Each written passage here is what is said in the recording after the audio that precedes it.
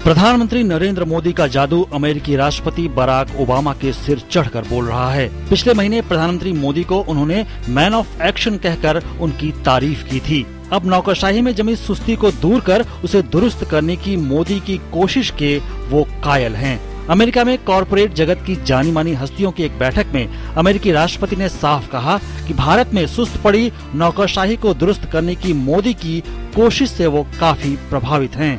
प्रधानमंत्री मोदी के लिए अमेरिकी राष्ट्रपति की यह तारीफ कोई नई बात नहीं है। पिछले महीने म्यांमार में पूर्व एशिया बैठक से इतर जब दोनों नेता मिले थे, तब अमेरिकी राष्ट्रपति ने मोदी को मैन ऑफ एक्शन कहा था।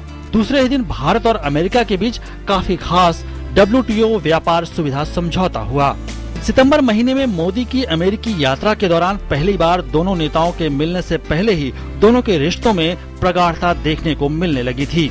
मोदी की इस यात्रा के दौरान बहुत कुछ ऐसा हुआ जो पहली बार हो रहा था। उनमें दोनों नेताओं में अपनापन का भाव भी शामिल है।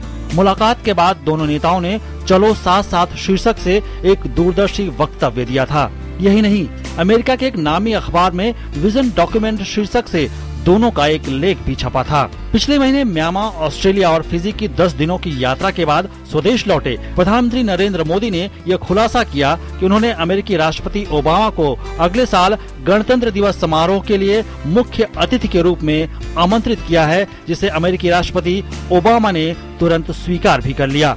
इसे प्रधानमंत्री नरेंद्र मोदी की सबसे बड़ी कूटनीतिक सफलता माना जा रहा है। इतिहास में ऐसा पहली बार होगा जब कोई अमेरिकी राष्ट्रपति हमारे गणतंत्र दिवस समारोह पर मुख्य अतिथि होगा, और ये भी कि कोई अमेरिकी राष्ट्रपति अपने कार्यकाल में 2 बार भारत की यात्रा करेगा। दोनों देशों के बीच संबंधों का ये दौर बिल्कुल नए चरण में होगा।